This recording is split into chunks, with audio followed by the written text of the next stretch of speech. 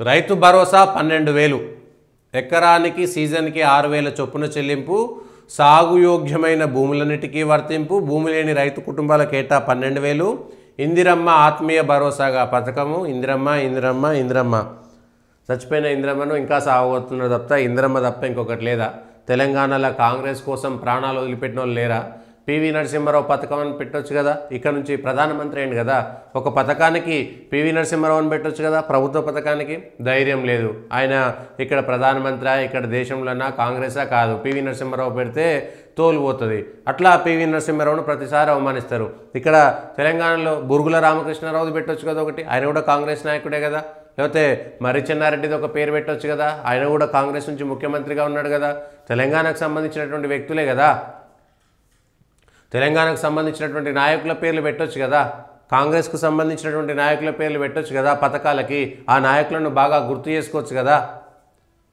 ఎవరి పేరు పెట్టరు కేవలం అన్నిటికీ ఇందిరమ్మ లేదా సోనియా గాంధీ రాజీవ్ గాంధీ రాహుల్ గాంధీ అంతే వేరే ఏ పేరు పెట్టినా కూడా మళ్ళీ ప్రభుత్వం పడిపోతుంది లేకపోతే పెద్దల దగ్గర నుంచి ఇది అయిపోతుంది ప్రధానికి ఇందిరమ్మ ఆత్మీయ భరోసా పథకం తెలంగాణ గురించి తెలియదు ఏం తెలియదు ఎవరి పేరు ఉండాల్సిన అవసరం లేదు పోనీ ఇంకా ఎవరైనా సరే జాతీయ స్థాయి నాయకుల పేరు పెట్టండి నేతాజీ సుభాష్ చంద్రబోస్ పేరు పెట్టండి లేకపోతే ఆజాద్ పేరు పెట్టండి అట్లాంటి వాళ్ళ పేర్లు పెట్టండి పటేల్ పేరు పెట్టండి అవి పెట్టడానికి లేదు ఇక రైతు భరోసా 12,000 రైతు భరోసా పైన ప్రజలు స్పందించాల్సినటువంటి అవసరం ఉంది ఇది మంచి గుడ్ న్యూసా లేకపోతే కాంగ్రెస్ పార్టీ మోసం చేసిందా రెండిట్లలో ఏది కరెక్టు కాంగ్రెస్ పార్టీ ఎన్నికల మేనిఫెస్టోలో ఇచ్చినటువంటిది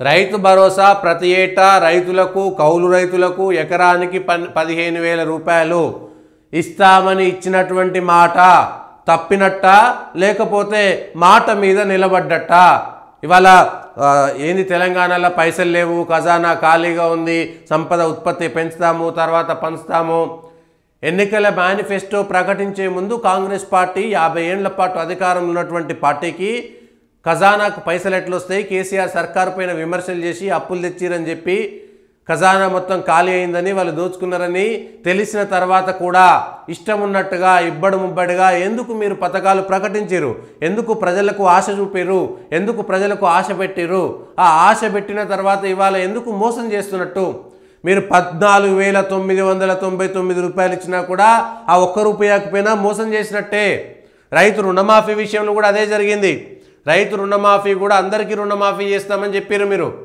రుణమాఫీ ప్రతి రైతుకి రుణమాఫీ అన్నారు తప్ప మీరు దానికి నిబంధనలు పెట్టలేదు షరతులు పెట్టలేదు అక్కడ మోసం చేసినట్టే ఇవాళ ఏ గ్రామానికైనా వెళ్ళండి ఎక్కడికైనా ఏ నియోజకవర్గానికైనా వెళ్ళండి ప్రజల్లో తీవ్రమైనటువంటి అసంతృప్తి వచ్చింది రైతు రుణమాఫీ అనేటువంటిది కనీసం 50% మంది కూడా సంతృప్తిగా లేరు ఎవరు అసలు పట్టించుకోవట్లేదు తిట్టుకుంటున్నారు ఎవడు ముందుగాల మిమ్మల్ని చెప్పమన్నాడు ఎందుకు ఆశ పెట్టమన్నాడు ఇవాళ కూడా కాంగ్రెస్ పార్టీ మోసం చేసినట్ట ఇస్తున్నట్ట 15,000 ఇస్తాన్నారు ఏడాది అయిపోయింది ఇప్పుడు 12,000 ఇస్తామంటారు ఇది కూడా దశల వారీగా ఇస్తామంటున్నారు దానికి మళ్ళా రైతులు వాళ్ళే సెల్ఫ్ డిక్లేర్ ఏదైనా పథకం ఇవ్వాలంటే నాకు 10 ఎకరాలు ఉంటే నేను ఇంత సాగు చేస్తున్నానని ఇవాళ రైతు ఇస్తే రేపు పొద్దుగాల ఆయనకు చేత కాదు 10 ఎకరాలు నేను దున్నుతున్నా అని చెప్తాడు 10 ఎకరాలకు అడుగుతాడు తర్వాత లేదు నేను 5 ఎకరాలే దున్నిండి అనుకోండి అయితే ఇప్పుడు ఆ రైతుని తీసుకుపోయి జైలు వేస్తారా అంటే వాళ్ళని ద్రోహులుగా చిత్రీకరిస్తారా రైతులను మోసగాళ్ళుగా చిత్రీకరిస్తారా ఏం చేయాలనుకుంటుంది కాంగ్రెస్ ప్రభుత్వం అనేటువంటి అంశం పైన స్పష్టత ఉన్నదా కాంగ్రెస్ పార్టీకి ఆ క్లారిటీ ఉందా లేదా అనేటువంటిది ఒకసారి మాట్లాడాలి కౌలు రైతులకు ప్రతి ఎకరానికి 15,000 రూపాయలు వ్యవసాయ కూలీలకు 12,000 రూపాయలు ఇస్తామని చెప్పేసి వాళ్ళ మేము కేసీఆర్ కూడా అదే చెప్పిండు కేసీఆర్ చెప్పింది కూడా మేము అధికారంలోకి వస్తే 10,000 రూపాయలు ఇస్తున్నటువంటి రైతు బంధు 16,000కు పెంచుతాం విడతల వారిగా మొదట 12,000 తర్వాత 14,000 తర్వాత 16,000కు చేస్తామని కేసీఆర్ కూడా ప్రకటించిండు మరి మీరు మోసం చేసినట్టా కాదా మీరు ఇవాళ 4 రోజులు ఆగురి రేవంత్ రెడ్డి గారు చెప్పింది ఇవాళ మీకు 10,000 వస్తున్నాయి, ఎన్నికలు అయిపోగానే మీకు 15,000 వస్తాయి. ఇవాళ మీకు 10,000 వస్తున్నాయి, ఎన్నికలు అయిపోగానే 15,000 వస్తాయి. మీకు ఇవాళ 2,000 పెన్షన్ వస్తుంది, రేపు 4,000 పెన్షన్ వస్తుంది. ఇట్లా మాట్లాడింది మీరే కదా, ఇట్లా హామీలు ఇచ్చింది మీరే కదా. మీ ప్రభుత్వం హామీలు ఇచ్చేటప్పుడు, హామీ పత్రం ఇచ్చేటప్పుడు, లేదా మేనిఫెస్టోలో పెట్టేటప్పుడు కనీసం రాష్ట్రంలో ఉన్నటువంటి ఖజానా పరిస్థితి ఏమిటి, ఆర్థిక పరిస్థితి ఏమిటి, ఇవ్వగలుగుతామా ఇవ్వలేమా అని చెప్పకుండా అప్పటికప్పుడు తప్పు ఏదో ఉంటుంది చూసినవరా, ఏదో అప్పటికప్పుడు ఏదో మంచిదనిపిస్తుంది చెప్పేసి ఓట్లను మాత్రం దండుకొని అధికారంలోకి వచ్చిన తర్వాత వాతలు పెడతామంటే ఏ విధంగా సమంజసం ఇది? రైతులను మోసం చేసినట్ట, మీరు ఆదుకున్నట్ట. ఏడాది పాటు ఇవ్వలేదు ఆల్రెడీ. ఈ ఏడాది పాటు ఇస్తారా ఇవ్వరనేటువంటి దానిపైన కూడా స్పష్టంగా ఇది మీరు కాంగ్రెస్ పార్టీ ఇచ్చినటువంటి అభయహస్తం. అభయహస్తం కాదు, ఇది భయహస్తం అన్నట్టు అయిపోయింది. వాళ్ళ అభయం కాదు, భయం. అదే చేతి గుర్తుకు ఓటేస్తే ఇంకా కష్టమేమన్నట్టు విధంగా ప్రయత్నం చేసి, విమర్శ కోసం కాదు, మీరు ఆత్మవిమర్శ చేసుకోండి. ఎవరో విశ్లేషణ చేసినటువంటి వాళ్ళు, జర్నలిస్టులో ఇంకెవరో కాదు. కాంగ్రెస్ పార్టీ గుండె మీద ఎస్ మేము చేయలేము, ముందుగా చెప్పేసి మేము చేయలేము. ఎవరు నమ్మరు. ఇక కాంగ్రెస్ పార్టీ రేపు పొద్దుగాల ఏ మాట చెప్పినా ఎవరు నమ్మరు. కాంగ్రెస్ పార్టీ అంటేనే కేవలం మాటలకు మాత్రమే పరిమితమవుతుంది, చేతలు చేయలేదు. అధికారంలోకి రావడానికి ఏదైనా చేస్తుంది, సర్కస్ ఫీట్లు, అంతేగాని అధికారంలోకి వచ్చినాక మాట నిలబెట్టుకోలేదనేటువంటి మాట చెప్తారు కదా. ఇవాళ గ్రామాల్లోకి వెళ్ళండి, వచ్చినటువంటి రైతు రుణమాఫీ అయినటువంటి వాళ్ళు కూడా ఆయన ఏంది ఇచ్చిండు కదా, ఆయన చెప్పిండు ఇచ్చిండు ఆయన, అంతే తప్ప అరే రేవంత్ రెడ్డి సర్కార్ వచ్చింది, మా రైతు రుణమాఫీ అయింది, కేసీఆర్ కంటే గొప్పోడు దేవుడని చెప్పే వాళ్ళు చాలా తక్కువ మంది ఉన్నారు. చాలా తక్కువ మంది ఉన్నారు. ఊర్లో ఎవరైనా ఎవరికి పోయినా అసలు రైతులు కానటువంటి వాళ్ళు, రైతు రుణమాఫీకి సంబంధం లేనటువంటి వాళ్ళు ఉంటారు కదా, వాళ్ళకి ఏ రుణానికి సంబంధం లేనటువంటి వాళ్ళు మాట్లాడుకునే వాళ్ళు, ఇచ్చేదే ఉంది ఆయన మోసమే చేసిండు అనేటువంటిదే ఉంది. అట్లాంటి వాళ్ళు కూడా గ్రామాల్లో జనాలు ఉంటారు కదా, ఆ ప్రజలలో కూడా వ్యతిరేకత వచ్చేసింది. రైతు రుణమాఫీ కానటువంటి వాళ్ళు ఇవాళ రైతు భరోసాకు సంబంధించి కూడా మళ్ళా ఎవరికి ఇవ్వాలి, ఎట్లు ఇవ్వాలి, ఎంత ఇవ్వాలి, గుట్టలకి ఇయ్యరు, చెట్లకి ఇయ్యరు, పుట్టలకి ఇయ్యరు. ఇప్పటిదాకా మీరంతా కూడా ఎన్ని ఉన్నాయి, ఏ ఏ గ్రామాల్లో సర్వే పూర్తి చేసిరా, ఏడాది పాటు మీకు సమయం దొరికింది కదా, ఏ గ్రామంలో ఏ రైతుకు ఎంత వ్యవసాయ యోగ్యమైన, మీరు చెప్పినటువంటిదే వ్యవసాయ యోగ్యమైనటువంటిది, వ్యవసాయ యోగ్యమైనటువంటి రైతు భరోసా కార్యక్రమంలో భాగంగా వ్యవసాయ యోగ్యమైన భూములన్నింటికి రైతు భరోసా పథకం కింద నిధులను ఇవ్వడం జరుగుతుంది. గత ప్రభుత్వం రైతు బంధు పథకంలో భాగంగా సంవత్సరానికి 10,000 ఇస్తే, మా ప్రభుత్వం ప్రజాపాలనలో రైతులందరికీ సంవత్సరానికి 12,000 రూపాయలు ఇవ్వాలని నిర్ణయం తీసుకున్నది. గత ప్రభుత్వం 10,000 ఇచ్చింది, ప్రజాపాలనలో 12,000 అంటే ప్రభుత్వం పథకం మొదలుపెట్టింది టీఆర్ఎస్ పార్టీ, బీఆర్ఎస్ పార్టీ. ఆ ప్రభుత్వం మొదలుపెట్టినప్పుడు వాళ్ళు 10,000 ఇస్తామనేటువంటి మాట చెప్పుకున్నారు. వాళ్ళ అప్పుడు మొదలుపెట్టినప్పుడు 10,000 ఇస్తామనే వాళ్ళు చెప్పారు, 10,000 ఇచ్చిరు కాబట్టి 2018లో గెలిచిరు వాళ్ళు. 2018లో బీఆర్ఎస్ పార్టీ గెలవడానికి మొట్టమొదటి పెద్ద కారణం ఏదైనా ఉందంటే అది రైతు బంధు పథకమే. రైతు బంధు కింద గుట్టలకు ఇచ్చిరా, చెట్లకు ఇచ్చిరా, పుట్టలకు ఇచ్చిరా అదలే కానీ లక్షల రూపాయలు వచ్చేసినాయి ఒక్కొక్కరికి. 50, 100 ఎకరాలు ఉన్నటువంటి వాళ్ళందరికీ కూడా. ఇవాళ ఈ విషయంలో కూడా సాగు చేసిన పంటలపై సర్వే ఉండకూడదు. సాగు చేసిన పంటలపై 1.38 కోట్లకు ఎకరాలకు 8,300 కోట్ల అవసరము. ఇది కూలీకి సంబంధించినటువంటి దాంట్లో 10 నుంచి 12 లక్షల మంది రైతు కూలీలు ఉంటారు. ఉపాధి హామీకి సంబంధించినటువంటి కార్డు ఉన్నటువంటి వాళ్ళకు ఏడాదికి 12,000 రూపాయలు ఇస్తారు.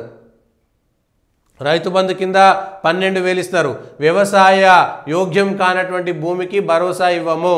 వ్యవసాయ యోగ్యం కానటువంటి భూమి అంటే ఒక వ్యక్తికి 10 ఎకరాలు ఉందనుకుంటే ఆ 10 ఎకరాలలో 3 ఎకరాలు గుట్టలు, చెట్లు, పుట్టలు ఉన్నాయి అనుకుంటే 7 ఎకరాలు ఉంది. ఆ 7 ఎకరాలకు ఇస్తారా, లేదు ఆ 7 ఎకరాల్లో ఎంత సాగు చేస్తే అంతవరకు మాత్రమే, దానికి మాత్రమే ఇస్తారనేటువంటి అంశం పైన కూడా ఇంకా క్లారిటీ రాలేదు. పూర్తి స్థాయిగా క్లారిటీ రాలేదు. దానికి కూడా ఎంత ఇస్తారో ఏమిటనేటువంటి దానిపైన క్లారిటీ రాలేదు. ఎందుకు ఎంత అనేటువంటి దానిపైన రైతు దరఖాస్తు లేకుండానే ఇస్తాము. పంటల సాగుతో సంబంధం లేకుండా సాగుకు యోగ్యమైన భూములన్నిటికీ రైతు భరోసా ఇవ్వాలని రాష్ట్ర ప్రభుత్వం నిర్ణయించింది. పెట్టుబడి సాయం కోసం రైతుల నుంచి దరఖాస్తులు స్వీకరించరు. రాష్ట్రంలో సాగుకు యోగ్యమైన భూములు ఎన్ని ఉన్నాయో అన్నింటికీ రైతు భరోసా ఇచ్చేందుకు సన్నద్ధమైంది. సాగు భూములు ఎన్ని ఎకరాలనేది తేల్చేందుకు వ్యవసాయ రెవెన్యూ శాఖల సమన్వయంతో 10 రోజుల్లో సర్వే పూర్తి చేయాలని రైతు భరోసాపై చర్చ సందర్భంగా గతంలో రైతు బంధు కింద 1.53 కోట్ల ఎకరాలకు సాయం అందించింది. అందుకు అయిన ఖర్చు 7,665 కోట్లను లెక్కదేలింది. ప్రస్తుతం కొండలు, గుట్టలు, లేఅవుట్లు, సాగునీటి ప్రాజెక్టుల కోసం సేకరించిన భూములు తొలగించిన రైతు భరోసా ఇవ్వాలని నిర్ణయించారు. ఇలాంటి భూములను 10% ఉంటాయని అంచనా. ఇవి పోను సాగు భూములు 1.38 ఎకరాలు ఉంటాయని, రైతు భరోసా కింద 8,300 కోట్లు అవసరం ఉంటాయి. అంటే మీరు ఎంత భూమి దున్నుతున్నారు, ఎన్ని పంటలు వేస్తున్నారు అనేటువంటి దానిపైన విమర్శలు రావడంతో మీకు ఎన్ని ఎకరాలు ఉంటే అన్ని ఎకరాలలో సాగుకు యోగ్యమైనటువంటిది, అది సాగు చేస్తారా లేదా కూడా తెలియదు, సంబంధం లేదు. కానీ సాగుకు యోగ్యమైనటువంటి భూమి ఎంత ఉంటే అంత దానికి రైతు బంధు ఇవ్వాలనేటువంటిది నిర్ణయించారు. 8,300 కోట్ల రూపాయలు అవసరం ఉంటాయి. సుమారు 1.38 కోట్లకు ఇస్తారంట. జనవరి 26 నుంచి దశల వారీగా రైతుల ఖాతాల్లో వేయనున్నారు. ఐటీ, ప్రభుత్వ ఉద్యోగులకు మినహాయింపు అనేది లేకుండా సాగులో ఉన్న అన్ని భూములకు పథకాన్ని వర్తింపజేయాలనేటువంటి దానిపైన ప్రభుత్వం నిర్ణయించింది. అనేకమైనటువంటి చర్చోపచర్చల తర్వాత ప్రభుత్వ ఉపసంఘము, మంత్రివర్గ ఉపసంఘము అంతా కలిసి ప్రజల్లోకి వెళ్ళిన తర్వాత రైతు సంఘాలతోటి, నాయకులతోటి ప్రత్యక్షంగా పార్టీల నుంచి వచ్చేటువంటి విమర్శలు, లేకపోతే మీడియాలో వచ్చేటువంటి కథనాలు, ఇంటెలిజెన్స్ ఇన్పుట్ అన్నీ కలుపుకున్న తర్వాత ఒకవేళ రైతు రుణమాఫీ గనక ఎట్లయితే కొంతమందికి ఎగ్గొట్టామో వేరే కారణాల చేత రైతు భరోసా కూడా అట్లా ఎగ్గొడితే ప్రజల్లో తీవ్రమైనటువంటి వ్యతిరేకత వస్తుందనేటువంటి ఒక భావన కలిగిన తర్వాత రైతు భరోసా ఇవాళ 10 నుంచి 12,000 చేశారు. ఒక రైతు దగ్గర ఉండేటువంటి సాగుకు యోగ్యమైనటువంటి భూములంటిని కలిపి జనవరి 26 నుంచి సంక్రాంతికి ఇస్తామన్నారు. సంక్రాంతి పోయింది, ఇప్పుడు జనవరి 26 లోపు ఇప్పుడు పైసలు ప్రభుత్వం దగ్గర ఖజానా ఖలాస్ ఉంది.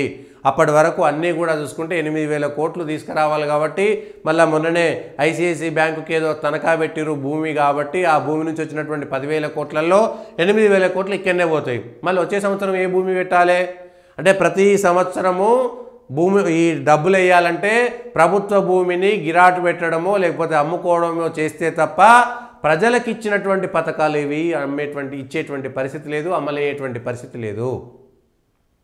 దీనికి తోడు మళ్ళా 10 నుంచి 12 లక్షల మందికి 12,000 రూపాయలు ఇవ్వాలి.